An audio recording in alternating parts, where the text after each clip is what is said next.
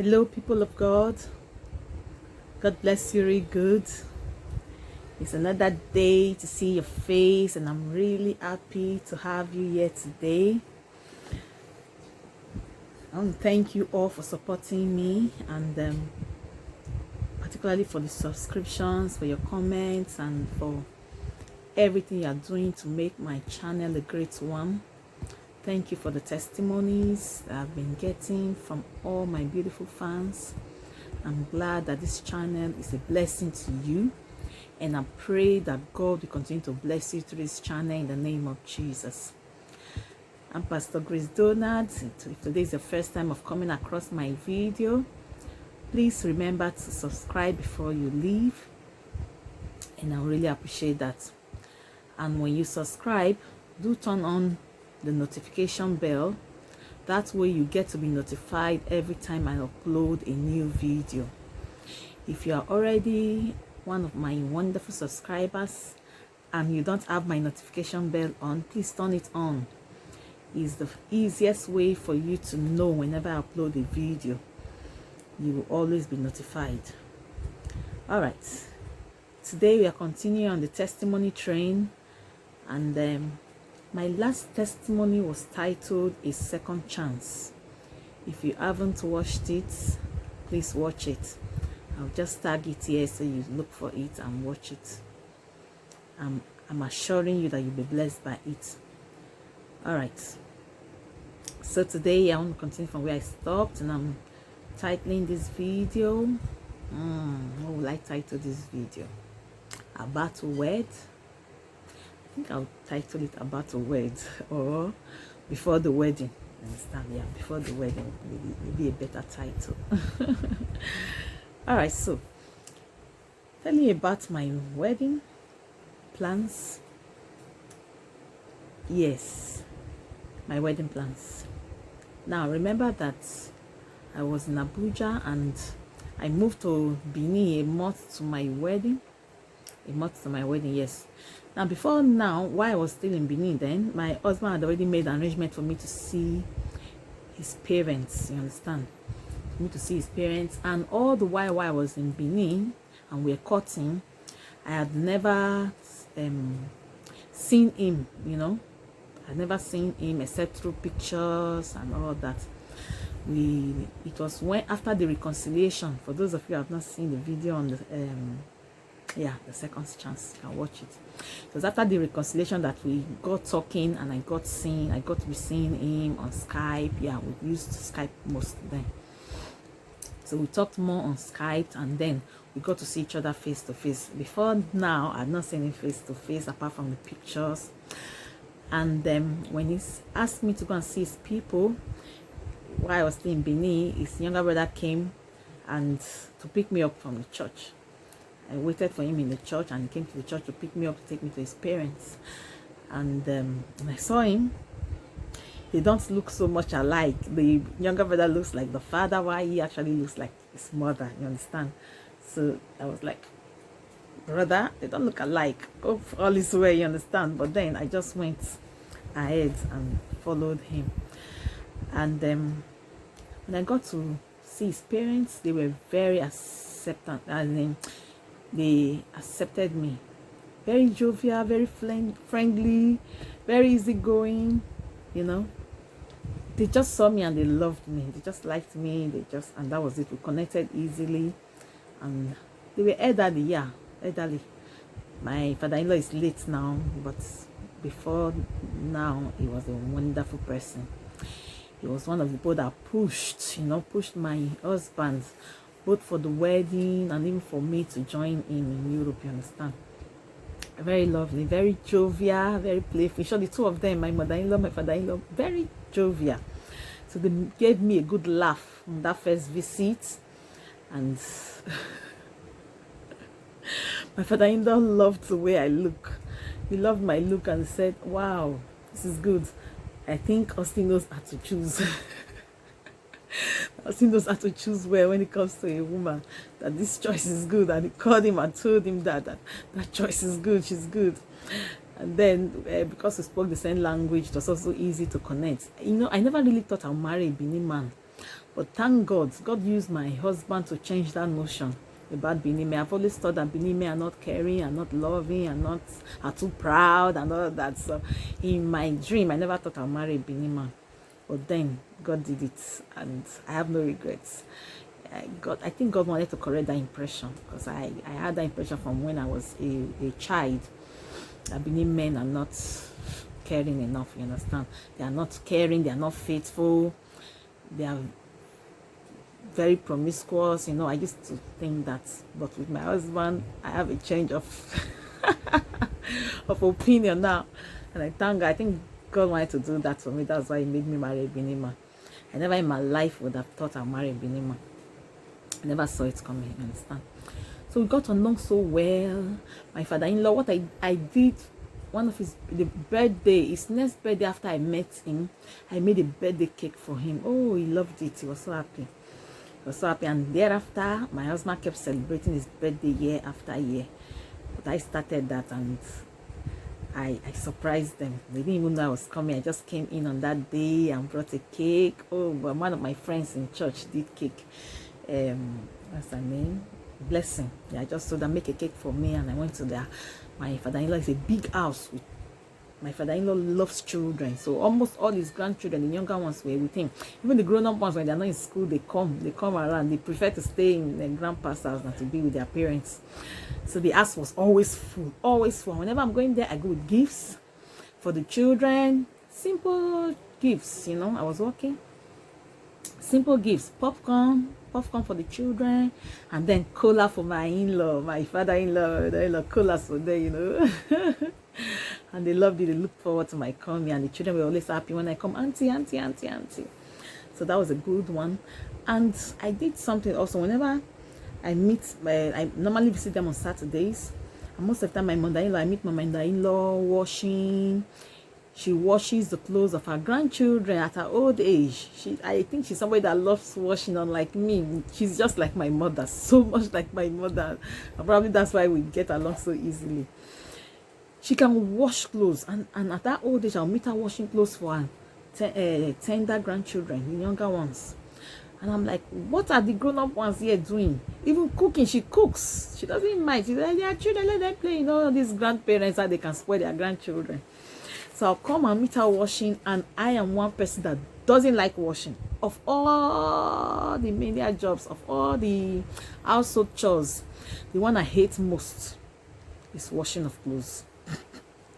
I don't wash clothes. My mommy can wash for Edo State. My mommy wash everything washable. And I think the way my mommy washes actually is one of the reasons I'm lazy with washing of clothes.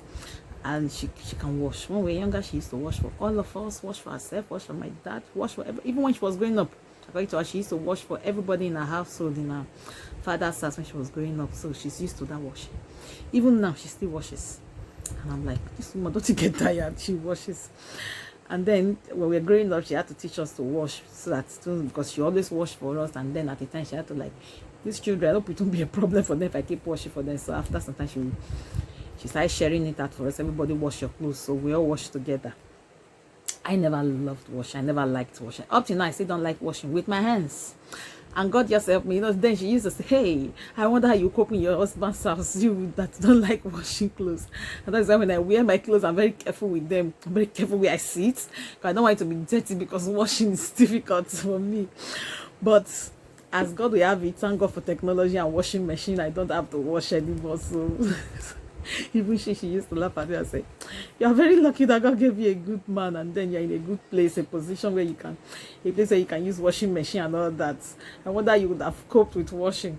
I wash everything with my washing machine. Everything washable, I wash with my washing machine. If I wash with my hand, it's because I just want to. And very few clothes I wash with my hand.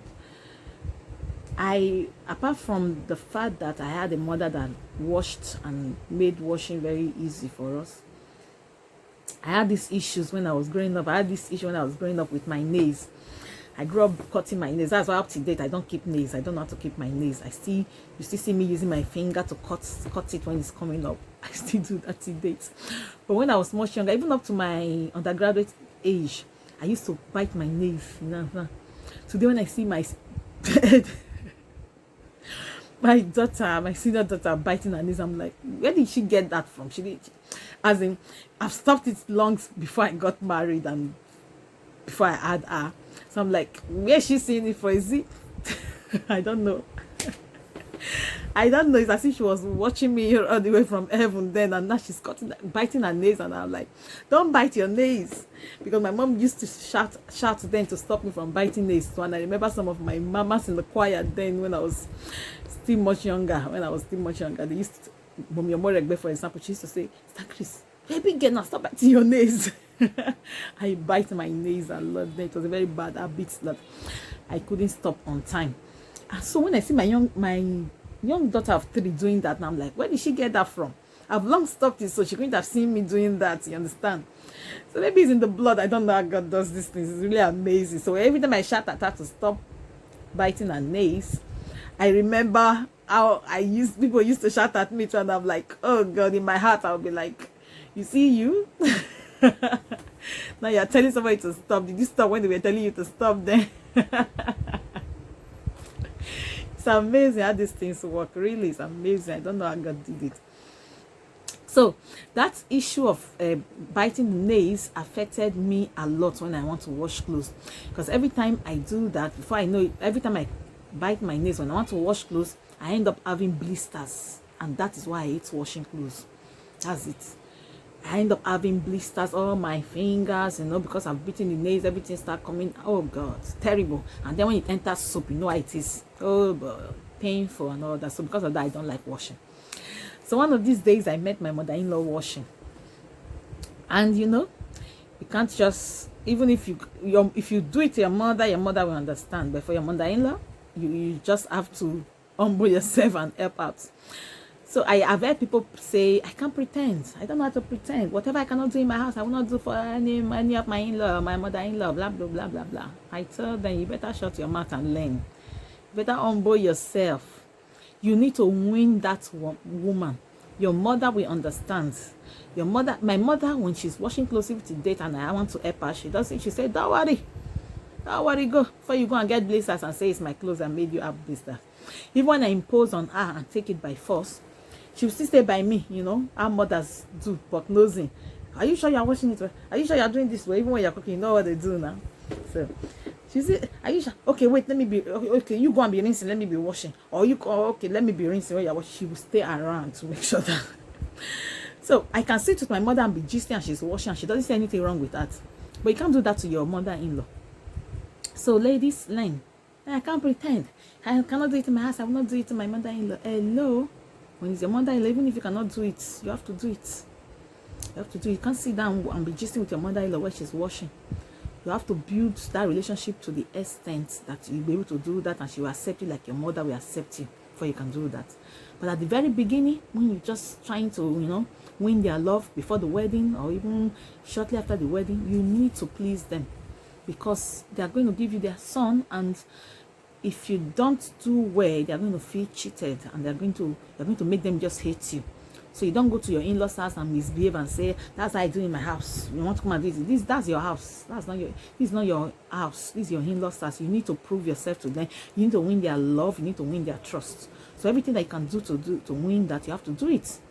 I don't like washing, but when I meet her washing, I take over and wash. Let me go and cry about the blisters later, no problem. But I can't leave it for her. And she too, she's like my mother. She'll say, no. Even if she says no, I insist. My mother says no, I can say I can walk away and get away with it. But with my mother-in-law, I won't get away with it, so I have to. You understand? So ladies, wake up and stop for me. I don't want to pretend. Whatever I cannot do now, whatever you cannot finish, don't start it. Hello, go and start it. Win their love first, then later you cannot play about it. That's my candid advice to ladies that kept up, because I've heard ladies saying that you can't sit down. It even make you are giving yourself a bad name. It makes you look irresponsible. It makes it look like you were not well trained. Because in a normal African situation, we are taught that when we meet elders walking, we take over from them. You meet an elder standing, you are sitting, you get up and let them sit down. It's respect. It's courtesy. So you have to do that to your in-laws. So even though I never loved washing, I had to wash for my in-law. Every time I meet them washing, I have to wash. And thank God it was not every time. So that's it. And you know, people will always talk. You know, before I started talking with my husband on Skype, it wasn't an easy battle. For more than 1 year that we courted before we broke up and then came back again. All I could know of him was just the pictures, you understand? And then some people were like, just pictures, and you're going to see his parents already. Hey, you go to see his parents, blah blah blah blah blah blah blah blah. Well, are you sure he's complete? What if he's blind? What if he's a cripple? What if he has been lying to you? And at the last minute, when it comes to when they pay the bride price, you cannot escape again. I've seen pictures. What if another person's picture is showing you? Becca, be deceptive and all that. I heard a lot of things, you know, because we're just talking on phone. We're not seeing each other. It was June 2014, the year we got married, that I started seeing him on Skype, you know. And I remember the first video he had to show me his full self to be sure, for me to be sure that it's complete, you know.